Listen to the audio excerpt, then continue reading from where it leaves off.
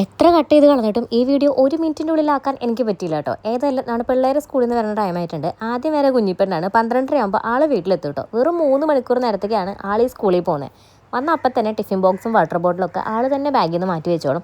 അപ്പോൾ ഇത് എടുക്കുന്ന സമയത്ത് എപ്പോഴും പറയുന്നതാണ്, അമ്മയെ ഞാൻ ഫുള്ള് കഴിച്ചു കേട്ടോ, എവിടെന്ന് പകുതിയേ കഴിച്ചിട്ടുണ്ടാവുള്ളൂ. അവളുടെ ഒരു സന്തോഷത്തിന് അങ്ങനെ പറയണോ, അത്രേ ഉള്ളൂ സംഭവം. അപ്പോൾ നമ്മുടെ പിള്ളേർ സ്കൂളിൽ പോയ സമയത്താണല്ലോ നമ്മൾ ഈ ബെഡ്ഷീറ്റ് വിരിച്ചത്. അപ്പോൾ കുഞ്ഞിപ്പെണ്ണ ഇത് കണ്ടപ്പോൾ ഭയങ്കരമായിട്ട് ഇഷ്ടപ്പെട്ടു. അമ്മ ഇത് പോവാണോ എന്നൊക്കെ ചോദിച്ച് ഇങ്ങനെയുള്ള വിശേഷം ചോദിക്കലൊക്കെ ആയിരുന്നു. അങ്ങനെ ഡ്രസ്സൊക്കെ മാറി പുതിയ ബെഡ്ഷീറ്റ് കണ്ട ആ സന്തോഷത്തിൽ തുള്ളിച്ചാട്ടവും ബഹളമൊക്കെ ആയിരുന്നു. അങ്ങനെ കൊച്ചു ക്ഷീണിച്ച് അങ്ങനെ കടുപ്പായി.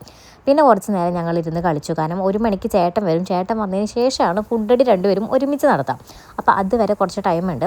അങ്ങനെ കുറച്ച് നേരം കളിച്ച് പിന്നെ ചേട്ടൻ വരാറായപ്പോൾ ഞങ്ങൾ താഴത്തേക്ക് ഇറങ്ങി ഗേറ്റൊക്കെ തുറന്നു കിട്ടും.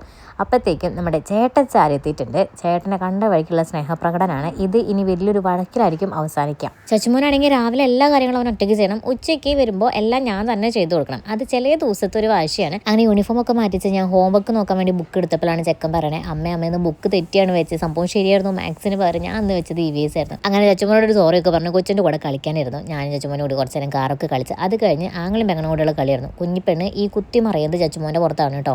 ഈ പുതപ്പിൻ്റെയും പില്ലോൻ്റെ ഒക്കെ അടിയിൽ ചെക്കൻ കിടക്കുന്നുണ്ട്. ഇത് സ്ഥിരം ഒരു കളിയാണ്. അങ്ങനെ ആരുടെയെങ്കിലും തല എവിടെയെങ്കിലും പോയി മുട്ടുമ്പോൾ ഈ കളി അവസാനിക്കും. രാവിലെ വിരിച്ചിട്ട് ബെഡ്ഷീറ്റിൻ്റെ ഒരു കോലം നോക്കണേ.